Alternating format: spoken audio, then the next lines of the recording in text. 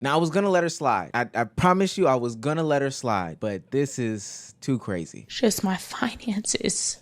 Like the budgeting, you see how I am nitpicking every little thing. I've never been like that. We were in Bloomingdale's yesterday. I'm like, we have to go to H&M. Yeah. Like I notice it in me now, just nitpicking. And it's not even, I just don't have it like to spend the liquid. B. Simone, be for real. B. Simone is having probably the toughest time on the internet this week, and it's literally only Tuesday. Not only in our last video did we expose her for being one of the worst friends in mankind, but now we are exposing her for being completely and utterly tone deaf to any and everybody's financial situation. Now, don't get me wrong, these times are very much tough financially speaking for everyone. Everybody's feeling it. Even the richest of the rich, the millionaires like B. Simone. But with that being said, nobody wants to hear about you being forced to go to H&M instead of Bloomingdale's. It just comes off tone deaf as Just my finances. Like the budgeting, you see how I am nitpicking every little thing. I've never been like that. We were in Bloomingdale's yesterday. I'm like, we have to go to H&M.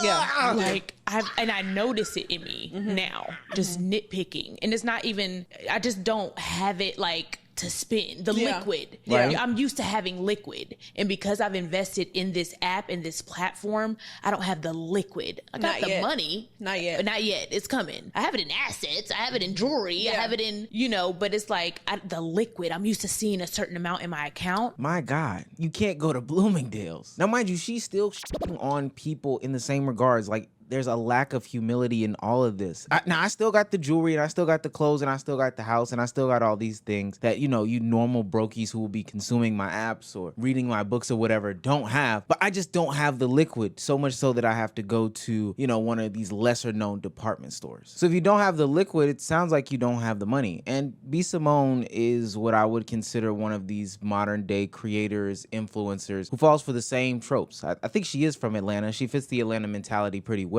Faking it till you make it, having this aesthetic, putting on this aura of luxury or whatever the case may be, even though you don't have it. And then ultimately, when putting a mic in front of you, you decide to spill the beans on yourself. Now, I want it to be known, B. Simone's money issues hurt her so bad that it caused her to even expose her good friend nature, this persona that she has put on. The fake one that we exposed in the last video. Even when her friend was faced with a new opportunity, she couldn't help but be jealous about the situation. I have this opportunity and I called you and I told you about it. And you were just like, okay. And you called me back. I called her right back, y'all. I was so convicted. I was so convicted. You were like, I didn't like how I felt when you told me that. And I was like, what do you mean? You were like, I don't know what it is. I'm talking this out in real time, but whatever it is, I don't like what I felt. And I said, did you feel jealous? And you were like, I don't think I feel jealous. Cause we went through all the emotions. She's like, are you angry? Are you sad? Are you jealous? I was like, I'm not jealous cause I don't want what you have. I'm just, I'm sad and I'm angry and I'm upset that I'm not doing it with me. Yeah. Like we're not working together. Yeah. Like I don't have that. Y'all, let me tell you something. Anybody that's in my circle, I want to work with you. I want to put you on. I'm putting you in position. I like doing it together. You do. How can we do this together? How can we make money together? How can we build together? You were mad not because your friend got an opportunity, but you were mad because you couldn't take credit for it because she wasn't working with you. Guys, this is a grade A narcissist. Like, there's no other way to put it. She's mad because she can't take credit for her friend's success, especially because she did nothing in her powers to help her friend while her friend was downtrodden and needed money. This is some of the worst PR I've ever seen. So let me get this straight. You're spitting in the face of Bloomingdale shoppers. You're spitting in the face of your best friend who needed help in some sort of regards. We've seen you spit in the face of the average everyday man 9-to-5 worker. Everything I have, my dream career, I manifested it. I'm trying to manifest a husband. Ain't nothing wrong with a nigga with a 9-to-5. I get it. They work hard. I used to have a 9-to-5. Nothing is wrong. Nothing is wrong. Nothing is wrong. You work hard, you have money. I get it. I need an entrepreneur. I need somebody that understands my mindset. Somebody that has the same lifestyle. It has nothing to do with money, everything to do with lifestyle, okay? When I'm in the bed at 3 a.m. checking emails, what you doing, babe? Working? What you doing? Working? Okay, love you. You want to hop on a flight tomorrow? I have a meeting in out of town. You want to go? You got? Let's go. Okay. But now you want us to be sympathetic of your situation where you can't live that same lifestyle that you once pursued or wanted to live in. And look, not that I don't think B. Simone doesn't still have money. I do believe she does have money still. But to sit here and publicly shit on those that, you know, still fund your lifestyle because you are an influencer is probably the biggest mistake. And I've seen this happen over the past couple of years. That is like career at a 101 is shitting on the people that consume your content. Especially, and I mean especially in this economic climate. The reason why B. Simone even has this mentality is because social media has her reality totally warped about how she should be looking to obtain money or seeking a partner when it comes to them obtaining their money. And this time when you set out to do the app, you said that you wanted to do something that was legacy. That's was gonna have longevity. Not quick. Yes, you I don't want it. I don't want it quick, and I'm not complaining. Yeah, I know that. I believe in what we're building. Yeah, but I think that that's what I'm fighting. Use the microwave, and this app is a crock pot. Wow, this app is a slow cooker. Wow, and you're gonna reap the benefits of it later. But right now, you're sowing seeds into that, and so it just takes time. But you'll have that liquid cash. I believe that. You'll have all that. I believe you know that. it, and that's all fine and dandy. Normally, people who do long-term investments, you know, understand that this isn't going to manifest itself for years and years to come. I won't see a return today. Definitely not tomorrow, but eventually I will see a return. That does not then mean that you get on a mic and tell people, I had to step foot in a Walmart and I was clutching my pearls. Nobody wants to hear that. Eggs are way too high. Gas is insanely high. People can't afford their own day-to-day lifestyles. Then they want to go to the internet and unplug from their jobs that are just so harmful to their brains and stuff like that, their mental health. And they hear B. Simone bitching about how she can't go to Bloomingdale's anymore, so she's forced to go to H&M. B. Simone, people are forced to stand in unemployment lines, food stamp lines, you know, live with their parents.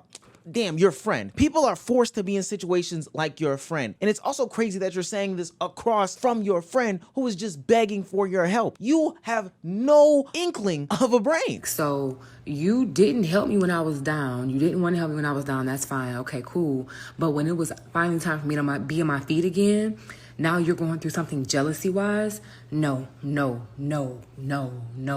are focused on the wrong part of the interview. This right here, she made her friend a therapist and a dumpster of sorts. She should have called her therapist. She should not have called her friend back. I wish she would have called her therapist to work through what she needed to work through and then called her friend back cousins.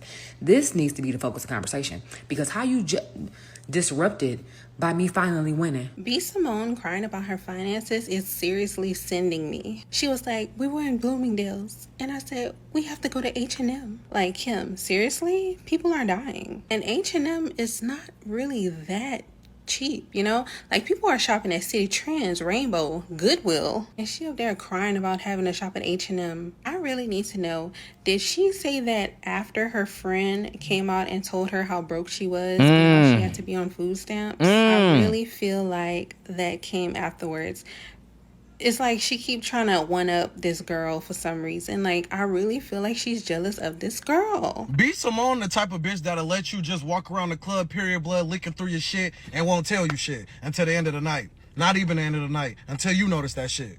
Shit sound dumb as fuck, don't it? The same analogy y'all should have for as the reason why you sitting up here watching your best friend struggle. And then you rich as fuck at that. Like, see, I could understand if it was just the outside friend, somebody that you just kick it with here and there. But no, this was somebody you really titled as your best friend. And then the best friend trying to forgive it and look past it by saying, well, she didn't have to do nothing for me. We grown, woo, woo. If a motherfucker is not beneficial to you, I don't give no fuck what nobody said. They need to move the fuck around. We've all had friends in our lives like a B. Simone. And I think that that's why this resonates with myself and a lot of the other consumers of this content. Now, there were two people in the comment section of my last video, and I kind of want to highlight the difference. The ones that have identified that friend like B. Simone and the ones who are still actively friends with the B. Simone. See, the ones who have identified identified that friend like B. Simone have moved on. They can understand that, like the gentleman said, everybody in your life that you label as a friend is not beneficial for you. And if they aren't doing for you, then push them to the side. No, that does not mean that your friend has to give you anything and everything with their life and that they have to be totally consumed around you. But damn, if you have a whole sandwich and your friend is starving, people would expect you to give your friend half a sandwich. I think that just makes a lot of sense. People like us who have identified the B. Simones in our lives have realized, not only do you not do anything positive for my life, but in fact, you do things that would be labeled as sabotage in any other situation. You know, you dirty Mac, you don't give me information that I might need. You're not there for anything positive. Really, the only reason why I exist in your life is to boost your ego, right? Because I'm being a good friend. I'm pouring into you. I am giving you words of affirmation. I'm doing whatever, stretching out my neck for you. But on the other side of that,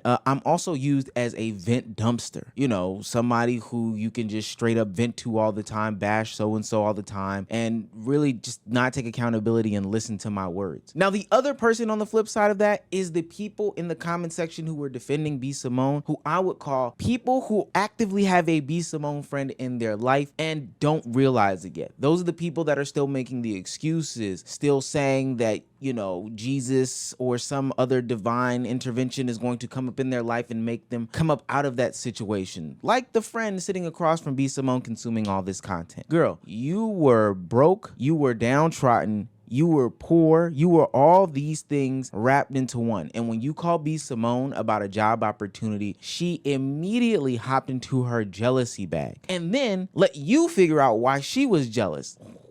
It's next level narcissism. B. Simone is definitely going wrong here because this is somebody who wants us to believe that we should consume not only her content, but buy her products. She's doing this interview and other interviews in an attempt to sell an app. And honestly, it's not landing because she doesn't seem like somebody who we should be, I don't know, throwing our dollars or time or attention to. Is that your foot?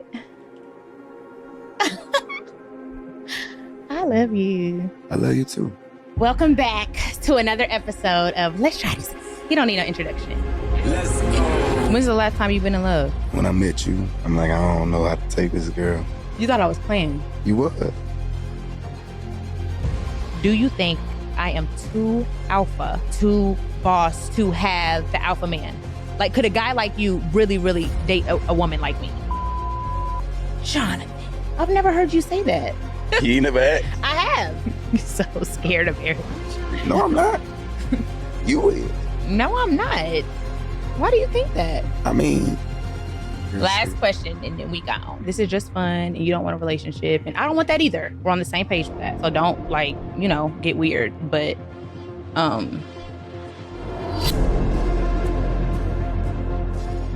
Wow, that conversation was so riveting. It was so breathtaking. It makes me want to purchase her app. That episode was so innovative and breathtaking, and it almost reminded me of her other business ventures, her 90% plagiarized book. You know, the one where it gets bad scores on Turnitin and half of the pages are blank pages for you to fill out. Listen, I'm done with creators like B. Simone, and I think everybody is. In 2025, we are looking for creators that give real, give authentic, and give something that we want to come back to. You know, somebody who is personable, somebody who shows a genuine personality. But everything that we've seen over the past couple of days has screamed a fake narcissist who is clinging on to some old school social media fame from her skits with Desi Banks. Her, and I ain't gonna lie, I'm throwing her the bus too, Jess Hilarious, we don't need you anymore. I'm not gonna lie. We can just go ahead and be done with you because you are insufferable people. And we're not spinning with the next grift. We're just not.